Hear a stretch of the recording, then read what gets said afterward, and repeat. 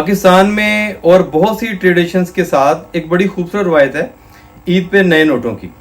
तो हमेशा से हर आदमी की कोशिश हुई है कि जब भी ईद के साथ जैसे वो बाकी चीज़ें सेलिब्रेट करता है तो वो बैंक से रजू करे या किसी शॉपकीपर से रजू करे जो करेंसी नोट्स का काम करते हैं, तो वहाँ से वो पुराने नोट दे के वो नए नोट वहाँ से हासिल करे। तो ये बड़ा एक प्लेयर होता है लोगों के लिए, वो ये देखते हैं, सोचते हैं, बाकायदा प्लान करते हैं, इसको मैनेज करते हैं कि किसी तरह से हमें ये जो बैंक्स हैं वो हमें नए नोट दे दें। और जो हमारा जो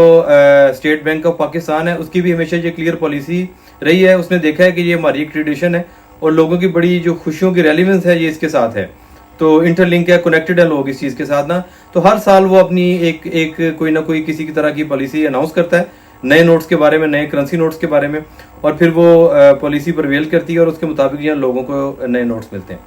कुछ साल पहले तो ये था कि आप बैंक्स में जाते थे, अगर आपका किसी मैनेजर के साथ या बैंक ऑफिसर के साथ आपका कोई पर्सनल रिलेशन है, आप उसे रिक्वेस्ट करते थे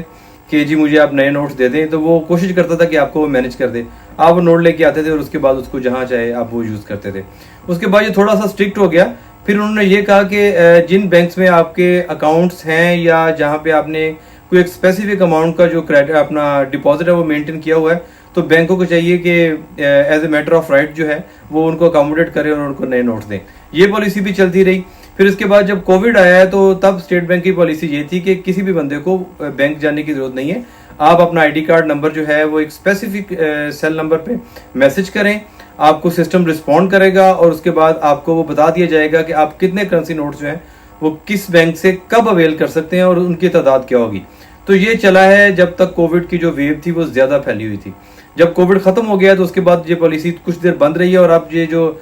2023 में है, जैसे कि कुछ दिनों तक जो आ रही है, तो उसमें ये जो पॉलिसी है उसमें ये है कि आप जो है आप बैंक मैनेजर के पास जाएंगे और वहाँ पर आपका as a matter of right कि आपका ये राइट है, आप जाएंगे, आपका बैंक में डिपॉजिट है तो आप उससे रिक्वेस्ट करेंगे कि मेरा इतना डिपॉजिट है, आप मुझे अकोमोडेट करें, तो वो पाबंद है कि आपको वो अकोमोडेट करें। बाज़ का जो बैंकर्स हैं, जो बैंक मैनेजर हैं, उन लोगों को भी अकोमोडेट कर देते हैं जिनके बैंक्स में अकाउंट नहीं भी होते या एक सर्टन जो डिपॉजिट उन्होंने मेंटेन नहीं भी किया होता। लेकिन खैर ये इनकी पर्सनल